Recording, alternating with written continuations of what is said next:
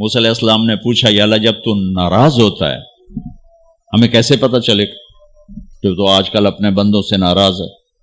تو اللہ تعالیٰ نے فرمایا جب میں ناراض ہوتا ہوں حکومت بے وقوفوں کو دیتا ہوں، اجعل الملک فی صفہائہم، حکومت بے وقوفوں کو دیتا ہوں، والمال فی بخلائہم، اور پیسہ بخیلوں کو دیتا ہوں جو ذرا گن گن کے خوش ہوتے رہیں،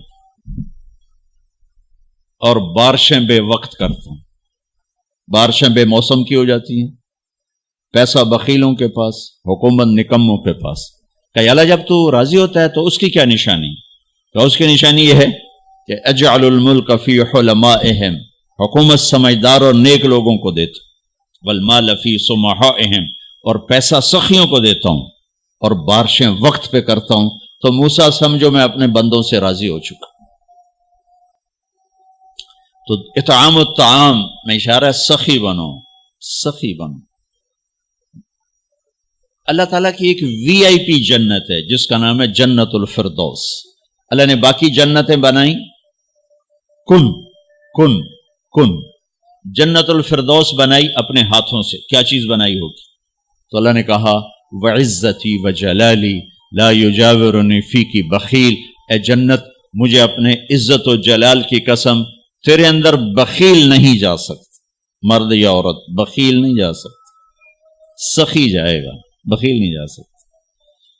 بخیل سے اللہ کی دوستی لگ نہیں سکتی اور سخی سے ٹوٹ نہیں سکتی۔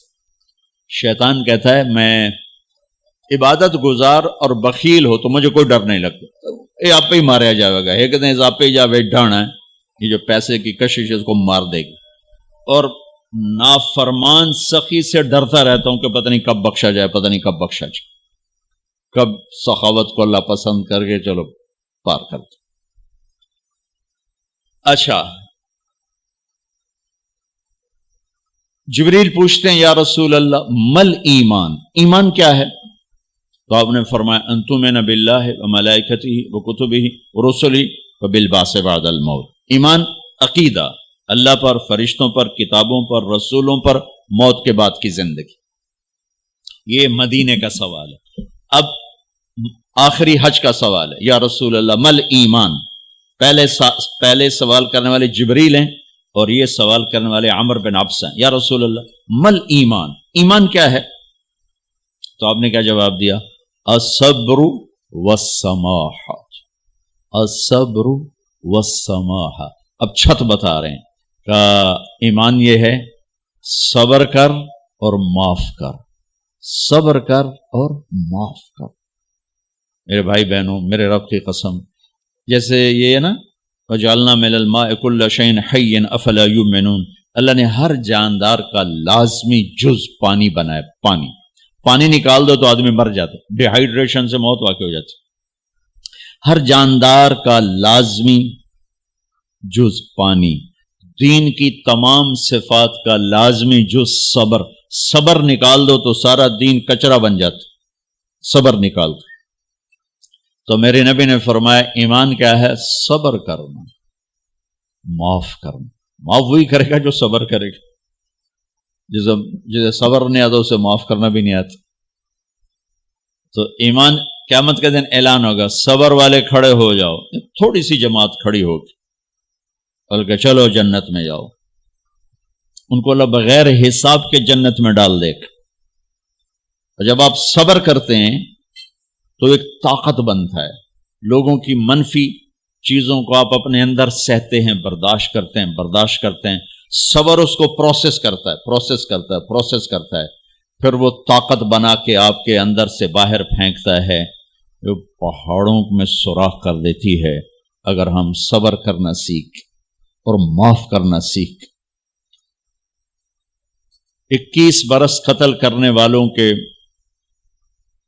منصوبے بنانے والے اہل مکہ، آپ نے ایک بول پہ فرمایا جاؤ معاف کی۔ کمال، 21 برس قتل کے پیچھے پھرتے رہے۔ جنگ خندق کے فوراً بعد مکہ میں قحط آ گیا، تو ہمارے نبی نے 300 دینار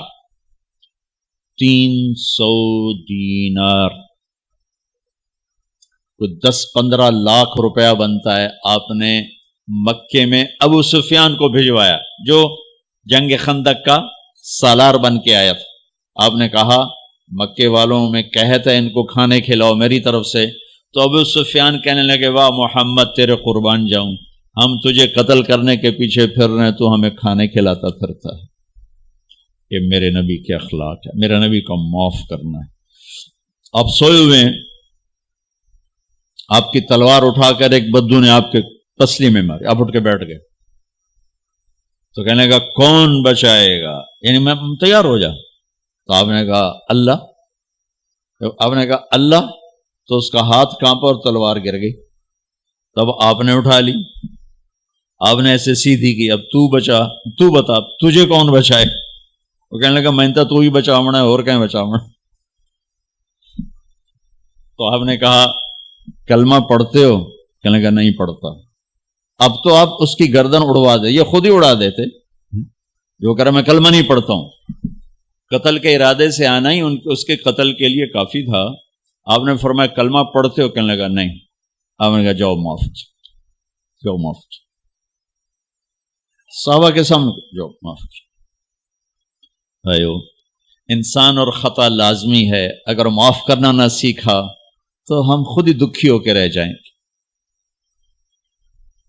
لوگوں کے زخم بھلا دو، اللہ پہ ڈال دو، اللہ صلہ دے گا، زندگی پرسکون ہو جائے گی۔ دیکھو ہم اپنے یہ کرتے پر داغ نہیں لگنے دیتے، اپنے بس سے داغ، کھانا کھانے بیٹھو نیپکن، یہ دیکھو ابھی نیپکن پڑے ہوئے، رکھو اگو رکھو توڑے چولے تو کوئی سالن نہ ڈھے پاوے، ٹھیک، یہ تو پھر بھی دھل جائے گا،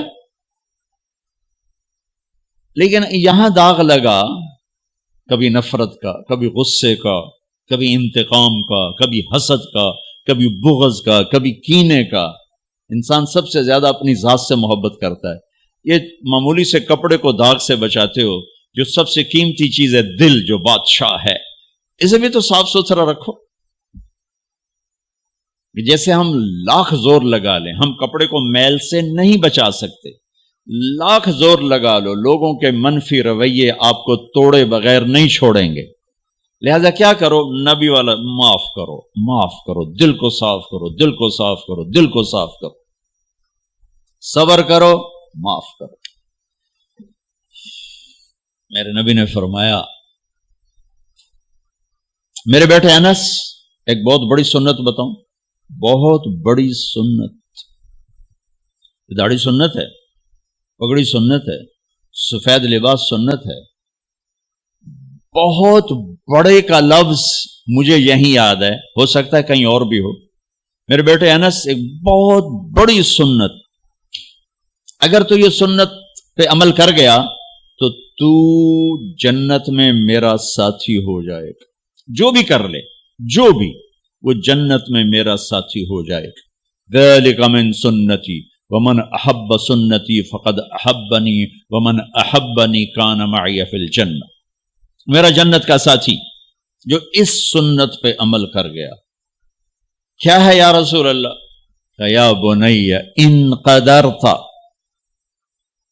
اگر تو کر سکے، اشارہ ہے کم تنو اوکھا دسن لگا سوکھا نہیں ہے۔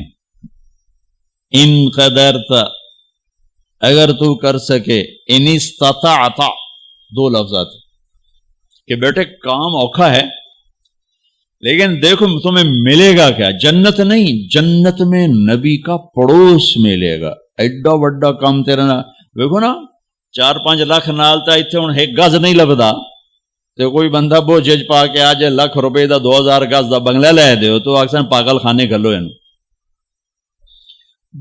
جنت کا مل جانا بھی بہت بڑی بات ہے، پر جنت میں نبی کا ساتھ ملنا کوئی سوکھا کم تو نہیں ہوئے گا، ہے کاری تو پسینہ آئے گا۔ آپ نے فرمایا بیٹھے ان قدرتا، زور لگے گا، ان تصبح و تمسی، ساری زندگی کرنا پڑے گا، ساری زندگی کرنا پڑے گا۔ داڑھی تو ایک دفعہ رکھ لی ہے، اب تھوڑی صفائی ستھرائی ہے، لیکن یہ روزانہ کرنا پڑے گا، صبح شام کرنا پڑے گا، ساری زندگی کرنا پڑے گا، اور تو اس میں تھکے گا۔ کیا ہے؟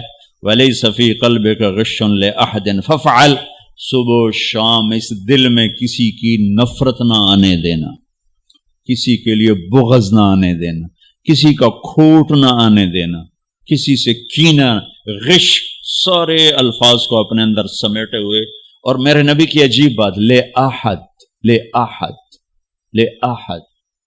کسی بھی انسان، مسلمان نہیں کہا، مومن نہیں کہا، نیک آدمی، نیک عورت نہیں، کسی بھی انسان، لے احدن. آج لے احد 7 ارب انسانوں پہ بولا جا رہا ہے. میرے نبی فرما رہے ہیں میرے بیٹے، دنیا کے تمام انسانوں سے دل صاف رکھنا. کیا ہوگا؟ کہیے تو جنت میں میرا ساتھی بن جائے. تو بھائیو بہنوں، ایمان کو مکمل کرنا ہے تو صبر کرنا سیکھو، معاف کرنا سیکھو، چپ رہنا سیکھو. ساز خاموش ہیں، فریاد سے معمور ہیں. ہم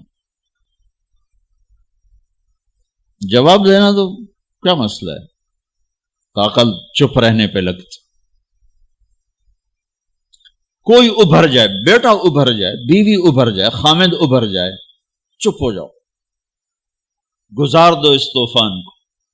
واپسی میں ایمان کی وہ اللہ حلاوت مٹھاس دے گا، ساری زندگی محسوس کرتے پھرو. یہ صفت بھی معاشرے میں کوئی نہیں، نہ کوئی معاف کرنا جانتا ہے، نہ کوئی صبر کرنا جانتا.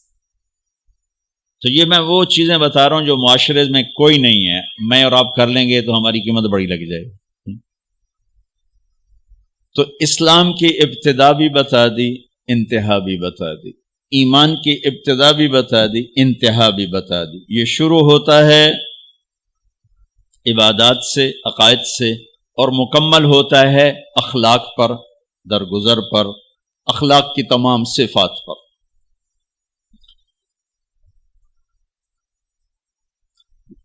اے نبی